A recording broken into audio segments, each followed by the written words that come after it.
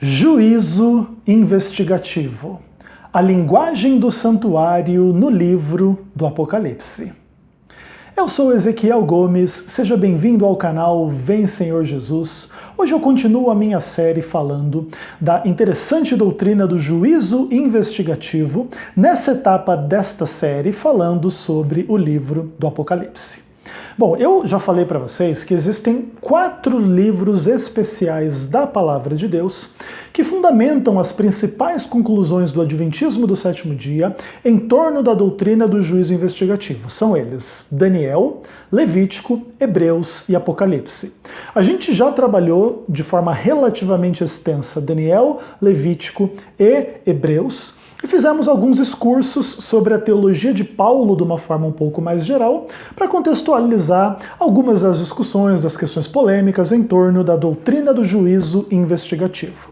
E aí, nesta última parte, antes de começar a analisar o Apocalipse, eu falei um pouco sobre a cruz de Cristo. E no vídeo anterior, quando eu introduzi o estudo do livro do Apocalipse, eu falei da cruz e do julgamento como 2 temas presentes no livro do Apocalipse, já para começar a construir o ambiente em torno do qual nós vamos discutir a doutrina do juízo investigativo à luz das questões apocalípticas, que são de fato extremamente interessantes. Aí, entre o vídeo passado e esse vídeo aqui, eu fiquei pensando, né? Qual que seria a melhor forma de abordar o Apocalipse, que já é um livro difícil de entender, à luz de uma doutrina polêmica e complexa e profunda, e que alguns também consideram difícil de entender, que é a doutrina do juízo investigativo. Aí eu pensei assim, bom, não adianta eu tentar explicar tudo a respeito nem do Apocalipse, nem do juízo investigativo nesse momento da série. Então defini e decidi fazer a abordagem que considero mais simples para mim explicar e mais simples para as pessoas entenderem, tenham elas mais conhecimento sobre o assunto ou não.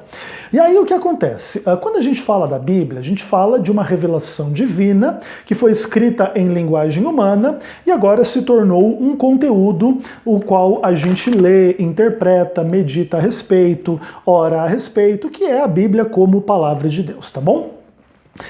Dentro dessa estrutura toda, né, de conceitos aí, de que a Bíblia é um conteúdo inspirado por Deus e agora transformado em linguagem humana e compilado em forma de livro, interpretar texto é algo extremamente importante. Então a gente vai precisar cuidar com as análises o quê? Linguísticas mesmo, né? O objetivo aqui é a gente se acostumar com a linguagem do livro do Apocalipse e especialmente identificando quais são os antecedentes da linguagem usada no último livro da Palavra de Deus. Então, por exemplo, revelação de Jesus Cristo que Deus lhe deu. Olha que referências interessantes, né? Tem o conceito de revelação, tem a pessoa de Jesus Cristo, tem aí a pessoa de Deus envolvida nisso tudo. E aí na Bíblia, de Gênesis a carta de Judas, né, que é o livro antes do Apocalipse, existem centenas, milhares de referências a Deus, a Cristo, a revelação, a profecias, é um monte de coisas.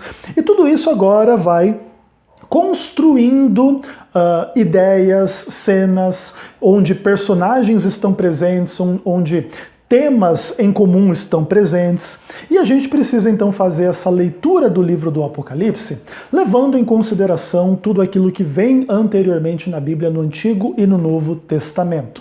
E você vai começar a descobrir algumas coisas muito interessantes quando você começa a ler o Apocalipse dessa perspectiva, de uma perspectiva de correlação de personagens, temas, cenas, doutrinas e conceitos que a princípio parecem muito complicados no Apocalipse em função da sua natureza simbólica e um monte de coisas, mas que no final das contas, pelo menos uma coisa é fácil de ver. Toda essa linguagem não é vazia de referências às questões bíblicas no Antigo e no Novo Testamento. E se você conhece bem o Antigo e o Novo Testamento, você vai ler o Apocalipse e ainda que você não consiga interpretar tudo, entender tudo, grande parte das dinâmicas, das cenas, dos personagens, dos conceitos, dos ambientes podem ser entendidos porque você conhece aquilo que vem antes do Apocalipse na Palavra de Deus. E aí eu vou dar algumas dicas para vocês, tá? Deus é um tema presente em toda a Bíblia e no livro do Apocalipse. Cristo, salvação, perdição, perdão, pecado, lei de Deus, mandamento e um monte desses conceitos estão presentes no Apocalipse e estão presentes nos outros livros da Bíblia também. E agora eu gostaria de chamar a atenção de vocês para a linguagem do santuário no livro do Apocalipse. Agora, o que a linguagem do santuário tem a ver com a doutrina do juízo investigativo? Bom, vamos lá. Vamos pensar que a doutrina do juízo investigativo é isso aqui. Isso aqui está dentro, o quê? De um corpo doutrinário maior, que é a doutrina do santuário. Então, o que eu estou querendo dizer com a minha ilustração aqui, com o tamanho do formato criado pelas minhas mãos, é que a doutrina do juízo investigativo é uma parte menor de uma doutrina maior, que é a doutrina do santuário. Então a gente vai procurar agora na Bíblia, no livro do Apocalipse, referências à linguagem do santuário de uma forma ampla e restrita e geral, para a gente começar a construir então a conexão entre santuário e Apocalipse, para depois a gente poder se aprofundar e se tornar mais específico na análise da doutrina do juízo dentro desse contexto mais amplo da doutrina do santuário, tá bom? A minha ideia aqui é passear por praticamente todos os capítulos do Apocalipse, que é uma postura que eu mantenho, né? Vocês que assistem os meus vídeos percebem isso, que eu tenho bastante a preocupação de conduzir aqueles que assistem os vídeos a uma visão ampla de como que o livro se desenvolve em termos temáticos, por exemplo, nesse caso, no tema do santuário e de inúmeras questões em torno do santuário. Então, sem mais delongas, a primeira referência que encontro em Apocalipse as questões do santuário está no capítulo 1, versos 5 a 7. E aí a palavra de Deus diz assim: Aquele que nos ama e pelo seu sangue nos libertou dos nossos pecados e nos constituiu um reino, sacerdotes para seu Deus e Pai. A ele seja a glória e o domínio pelos séculos dos séculos. Amém. Eis que vem com as nuvens e todo olho o verá, até quantos o traspassaram. E todas as tribos da terra se lamentarão sobre ele, certamente. Amém. Quantas referências você acha que esses poucos versículos, o versículo 5, 6 e 7, quantas referências existem ao santuário, à linguagem do santuário nesses dois versículos? Aí você percebe uma coisa, aliás, 3 versículos, 5, 6 e 7. Aí você percebe uma coisa muito interessante. O sangue que liberta do pecado é uma referência. O termo sacerdotes é uma segunda referência. Deus e Pai é uma terceira referência. Glória é uma quarta referência. E, nuvens é uma sexta referência. Traspassar é uma sétima referência. Olha que coisas interessantes, hein? Então o sangue que liberta do pecado é a linguagem do santuário. Toda a linguagem sacerdotal, o santuário era cheio de sacerdote lá dentro, não é verdade? Deus e Pai, o Senhor Deus ali no santuário é o tema constante, né? Faria-se expiação no santuário diante o quê? Da arca do testemunho de Deus, a presença de Deus, onde havia muitas vezes manifesta a glória de Deus, o Shekinah, e tinha ali o incenso e aquelas nuvens subiam, né? Dentro do santuário, e a ideia do transpassar, né? A ideia do sacrifício, da morte, da incisão do cutelo, enfim, que mata o animal, etc. Então só nesses 3 versículos nós temos aí no mínimo 7 referências à linguagem do santuário, e aí você percebe que a gente vai ter muito material linguístico conceitual para trabalhar no Apocalipse em relação à linguagem do santuário. Aí no capítulo 1, ainda no verso 10, se fala de trombeta. E aí existem algumas questões polêmicas nos versos 12 em diante, onde se fala de candeeiros, 7 candeeiros de ouro e etc. Tá? Algumas pessoas veem aqui uma alusão um pouco diferente, um pouco estranha ao menorá. Alguns dizem que não, que essa não é uma referência à linguagem do santuário. A gente respeita quem acredita que sim e respeita quem acredita que não, mas pelo menos o termo trombeta com certeza é um termo do santuário. Tinha os levitas lá, eles inclusive muitas vezes estavam envolvidos, né, nessa questão da música, e a trombeta era um dos instrumentos tocados no santuário da terra, tá bom? Depois há uma visão de Cristo com vestes talares. Alguns veem aqui também a ideia das vestes sacerdotais de Levítico 16, verso 5, por exemplo. Depois se fala que a cabeça, né, do Filho do Homem, Cristo, tinha cabelos brancos como a alva lã. E aí alguns se lembram um pouco do Ancião de Dias de Daniel 7, que tinha cabelo lá como alva lã e tal, que é uma cena do santuário, do trono, tem fogo, tem fumaça, tem nuvem, tudo aquilo ali também reflete a linguagem do santuário em Daniel 7. E tudo bastante interessante a gente há de convir, tá bom? Aí a gente vai pular aí os capítulos 2 e 3 pra gente não ficar eternamente gravando esse vídeo também, e vamos pro capítulo 4, e ali já se fala de um trono armado no céu. E ao redor desse trono, 24 tronos, e diante do trono, um mar de vidro. Ali está em Apocalipse 4, versos 2, 4 e 6. Então a ideia de que existe um trono no santuário celestial é um tema, enfim, do Antigo Testamento. É um tema do santuário, e depois é interessante, né? Daniel 7 fala de tronos no plural e o Ancião de Dias se senta em um desses tronos e a implicação é que tem outros seres sentados em outros tronos ao redor. E a ideia do mar de vidro aqui, ela é mais ou menos análoga àquilo que era a bacia de bronze lá no santuário da terra. Sabe que o santuário da terra envolvia esses sacrifícios de animais, esse monte de coisa, e tinha que ter água ali para limpar, às vezes de sangue, de víscera, de um monte de coisa que estava ali em função de sacrifícios e tal. Até os sacerdotes muitas vezes tinham que se banhar para poder entrar no santuário. Então, a água também é um dos elementos do santuário. Água, fogo, incenso, nuvem, glória, tudo isso imagem do santuário, e aqui está o mar de vidro, semelhante a cristal, no meio do trono, em volta do trono, seres viventes e tal, tudo muito interessante dentro da linguagem do santuário em Apocalipse 4. Aí se fala que os seres viventes dão ações de graças ao que está sentado no trono e se prostram diante daquele que está sentado no trono e depositam suas coroas diante do trono. E toda a imagem do trono, então, a imagem do trono de Deus no santuário celestial, a linguagem do santuário bastante explícita, tá? Depois, no capítulo 5, verso 6, se fala do cordeiro que foi morto, e aí sacrifício de animais era extremamente comum lá no santuário da terra, e agora existe um cordeiro, entre aspas, que a gente sabe que é Cristo, que foi morto, e aí se descreve Cristo na linguagem do santuário, no livro do Apocalipse. Depois, no verso 8 do capítulo 5 se fala de uma harpa e de taças de ouro cheias de incenso. Então o santuário inclusive tinha vários utensílios que se trabalhavam, as questões dos rituais. Lembra que depois Nabucodonosor vai roubar alguns desses utensílios e levar para sua terra.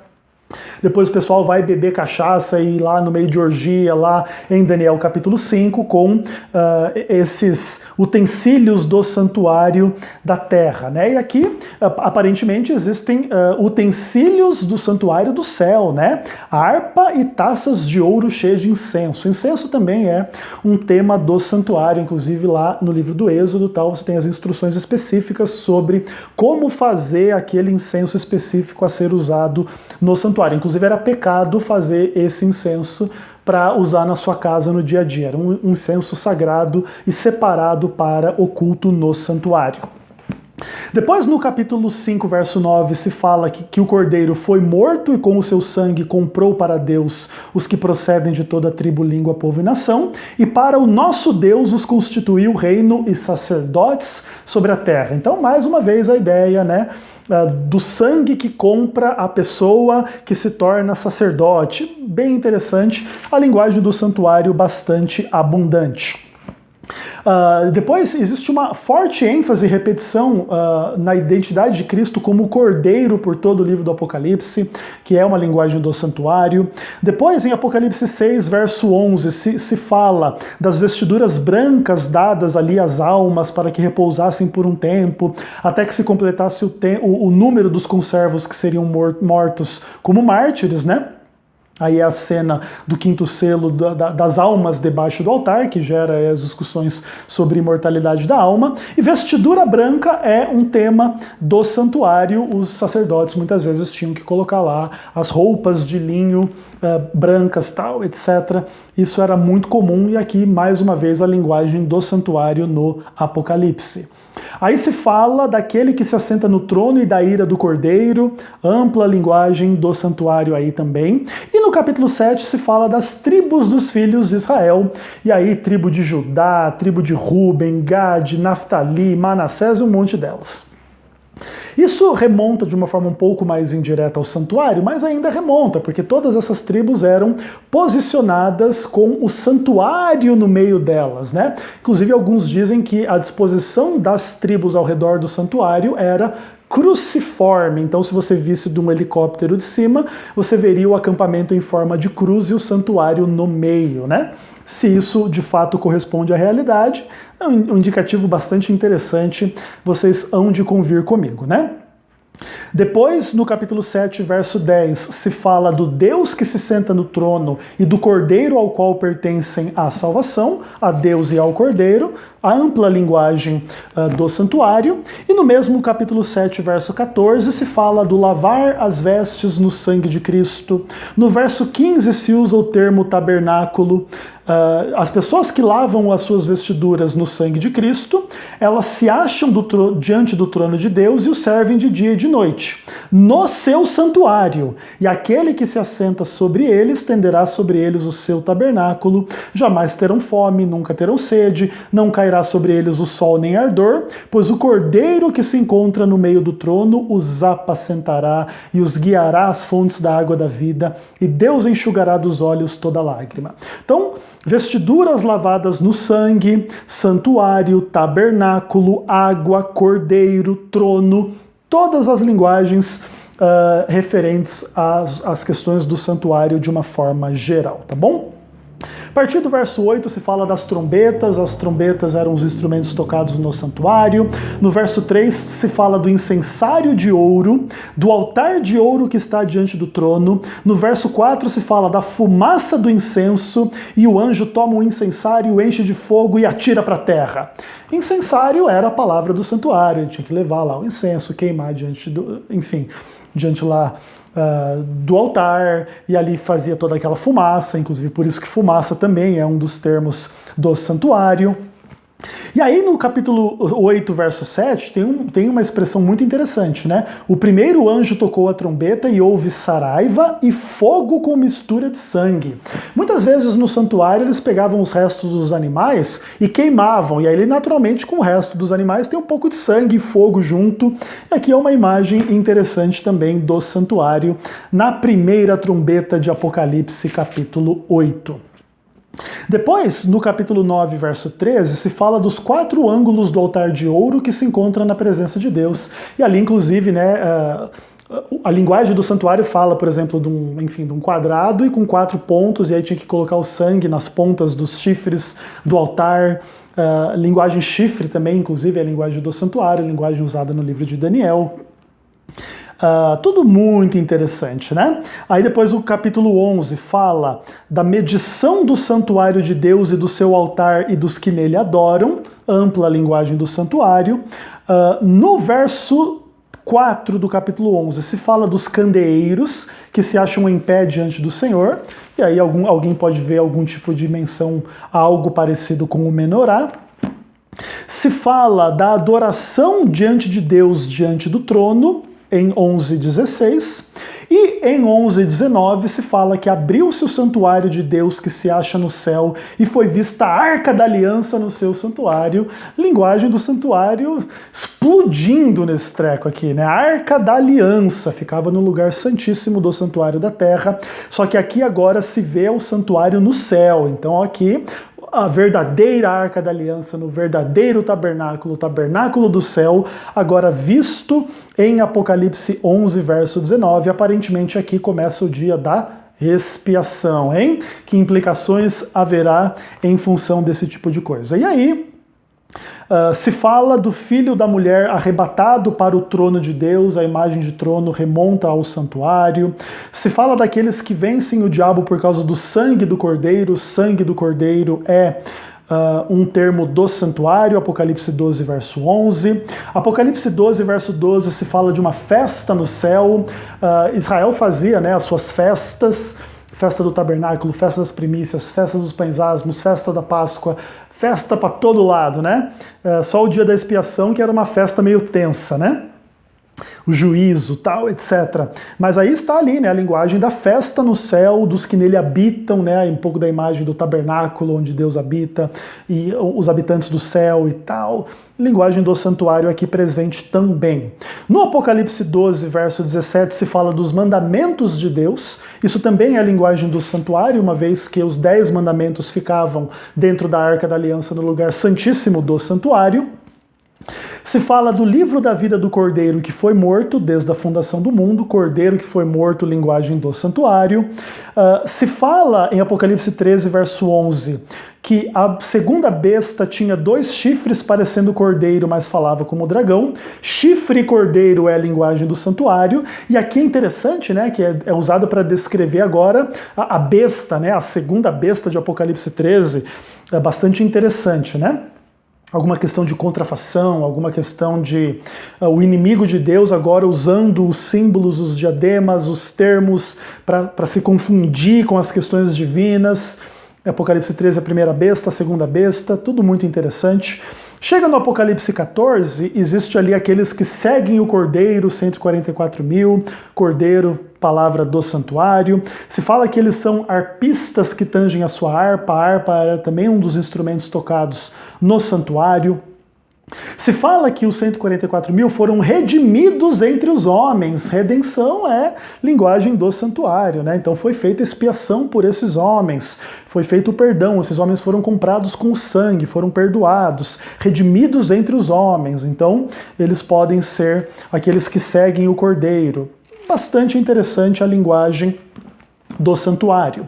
Depois no Apocalipse 14, verso 10, o cálice da sua ira, e quem adorar a besta vai ser atormentado com fogo e enxofre na presença dos anjos e do Cordeiro. Lembra que no santuário tinha lá os anjos esculpidos sobre a Arca do Testemunho, anjos esculpidos no véu, tem anjo para todo lado lá, e tem cálice, e Cordeiro, e agora é o cálice da sua ira, e Apocalipse 14, 12, os mandamentos de Deus aparecem de novo. E é tudo muito interessante, né? Agora, claro, aquilo que no Santuário da Terra é inanimado, aqui no livro do Apocalipse tudo tem vida, tudo é de verdade, vamos pensar assim, né? Não é anjo pintado em véu, é anjos de fato ali, com as pragas, as 7 pragas, os 7 flagelos, as taças. Tudo isso aqui é a linguagem do santuário. Apocalipse 14, verso 15. Então o anjo saiu do santuário gritando em alta voz sobre aquele sentado sobre a nuvem. E o verso 16, e aquele que estava sentado sobre a nuvem ceifou a terra. Santuário, nuvem, tudo isso é linguagem do santuário. E no lagar foi pisado fora da cidade, correu sangue do lagar. Sangue é um termo muito usado no contexto do santuário. Que mais? Apocalipse 15, e ali estão os últimos anjos, os 7 anjos com os últimos flagelos, e aí os adoradores de Deus estão em pé no mar de vidro, tendo harpas de Deus, entoando o cântico de Moisés e do Cordeiro. Moisés foi quem recebeu a revelação do santuário, o Cordeiro a linguagem do santuário. E aí vão adorar diante de Deus, porque os seus atos de justiça se tornaram manifestos. Aí Apocalipse 15, a partir do verso 5. Depois dessas coisas olhei e abriu-se o santuário do tabernáculo do testemunho. É só santuário nesse treco o tempo todo. E os 7 anjos que tinham os 7 flagelos saíram do santuário, vestidos de linho, puro e resplandecente, cingidos ao peito com cintas de ouro. Então um dos 4 seres viventes deu aos 7 anjos 7 taças cheias da cólera de Deus, o Deus que vive pelos séculos dos séculos. O santuário se encheu de fumaça procedente da glória de Deus e do seu poder, e ninguém podia penetrar o santuário enquanto não se cumprissem os 7 flagelos. A linguagem do santuário não precisa nem dizer, né? Inclusive dia da expiação, né? Ninguém pode entrar no santuário enquanto não se complete o que ali está acontecendo. E agora os anjos ministram como sacerdotes, né? Vestidos de linho. Muito legal, muito bacana mesmo. Apocalipse 16. Ouvi vindo do santuário uma grande voz dizendo aos 7 anjos: vão e derramem as 7 taças da ira de Deus. E aí foi o primeiro e derramou a sua taça. Essa ideia de derramar as coisas também era muito presente no santuário, né? Eles aspergiam ali o sangue e depois derramavam na base do altar, por exemplo, o sangue. Então tem essa coisa, né? Um pote, um copo, um cálice com sangue dentro, asperge um pouco, o resto derrama ali no contexto do santuário. A linguagem do santuário absolutamente clara, cristalina e transparente, tá bom? Depois, existe em Apocalipse 16, verso 15, a ideia de que é bem-aventurado que guarda suas vestes para que não ande nu e não veja sua vergonha. Os sacerdotes do santuário da terra também tinham que proteger bem aí a forma como eles colocavam as roupas para não aparecer as partes íntimas no contexto do santuário. Isso é interessante. Que mais? Apocalipse 16, verso 17. Derramou o 7º anjo a sua taça pelo ar, saiu grande voz do santuário do lado do trono, dizendo: feito está. Linguagem do santuário absolutamente clara. Aí se chama Cristo de Cordeiro, se fala em Apocalipse 18 das pessoas não serem cúmplices do pecado. O pecado era o lugar, o santuário era o lugar de resolver o problema do pecado. Não é para ter cumplicidade, é para resolver o problema. Interessante. Pecado é também um dos termos relacionados ao santuário, tá bom? Outra coisa, daí a grande cidade, a Babilônia, estava vestida de linho finíssimo, púrpura escarlata e adornada de ouro. Então a grande cidade, ela também está vestida como sacerdote. Interessante isso, só que ela também está, além da roupa do sacerdote, ela está adornada de púrpura, escarlate, ouro, pedras preciosas, mas em uma só hora vai ficar devastada toda a riqueza dela. Bem bacana, com várias implicações para a identificação da mulher de Apocalipse 17 e da Babilônia de Apocalipse 18. Depois, voz de arpistas, mais um instrumento do santuário, nunca mais serão ouvidas na grande cidade que é a Babilônia. Nela nunca mais brilhará a luz da candeia, e aí mais uma referência possível ao menorá. E tal, tudo muito, muito, muito interessante. Depois, em Apocalipse 19, se fala que os 24 anciãos vão se prostrar diante de Deus, que se acha sentado no trono. Deus sentado no trono é a imagem do santuário. E bem-aventurados aqueles que chegam às bodas do Cordeiro vestidos de linho finíssimo, resplandecente e puro, né? Então aqui, mais uma vez, os santos e salvos estão descritos vestidos de linho como sacerdotes do santuário. Cristo está vestido, no Apocalipse 15, verso 13, com um manto tinto de sangue, e etc. E seguem a Cristo um exército vestido de linho branco e puro, linguagem do santuário absoluta, sangue, linho, etc., né? As roupas dos sacerdotes. Depois a besta, o falso profeta e o dragão vão ser jogados no lago de fogo.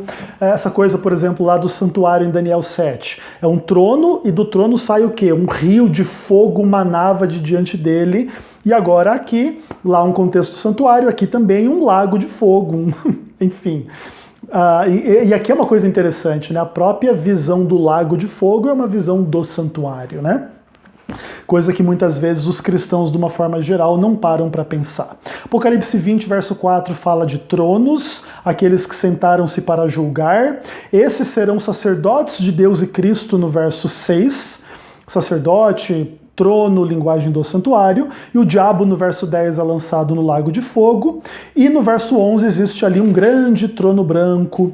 O verso 12 foram postos em pé diante do trono os mortos, e se abriram os livros e foram julgados de acordo com as suas obras. E aí o capítulo 21 diz assim, né? Vi novo céu e nova terra, o primeiro céu e a primeira terra passaram. Verso 3. Eis o tabernáculo de Deus com os homens. E aí, o tabernáculo é o próprio santuário, a linguagem do santuário. E aquele que está sentado no trono disse, eis que faço novas todas as coisas. O trono é a linguagem do santuário. Aí diz que a cidade tinha 12 portas, sobre elas escritas os 12 nomes dos 12 apóstolos do Cordeiro, linguagem do santuário. A cidade santa é de ouro puro. O lugar santíssimo do santuário lá do Templo de Salomão, lá o da Bíblia, não o do Edir Macedo, era de ouro puro. Talvez o do Edir Macedo também seja, né? Mas aí por outras razões. Enfim, cidade de ouro puro, lugar santíssimo era de ouro puro, inúmeras referências ao santuário, né? O cordeiro é a sua lâmpada, o seu santuário é o Senhor, nunca jamais penetrará nela coisa contaminada. Toda a ideia ali, né, da contaminação ilegal do santuário não tem dia da expiação para resolver, vai ser eliminado, não vai entrar na cidade. Depois se mostrou o rio da água da vida em Apocalipse 22, verso 1. A água é um dos elementos também presentes no santuário. Na cidade santa está o trono de Deus e do Cordeiro, não precisam da luz de vela, da luz do menorá. E aí as pessoas devem lavar o seu sangue, lavar as suas vestes no sangue do Cordeiro para poder entrar nessa cidade. Tudo aqui é linguagem do santuário. Tudo, tudo. Se você não entende sobre a doutrina do santuário, você nunca vai conseguir compreender o Apocalipse. Agora pense numa coisa. As coisas que eu estou mostrando para vocês aqui nesse vídeo ainda não tem interpretação de nada. Só o que tem aqui é o reconhecimento da linguagem. As interpretações virão a seguir.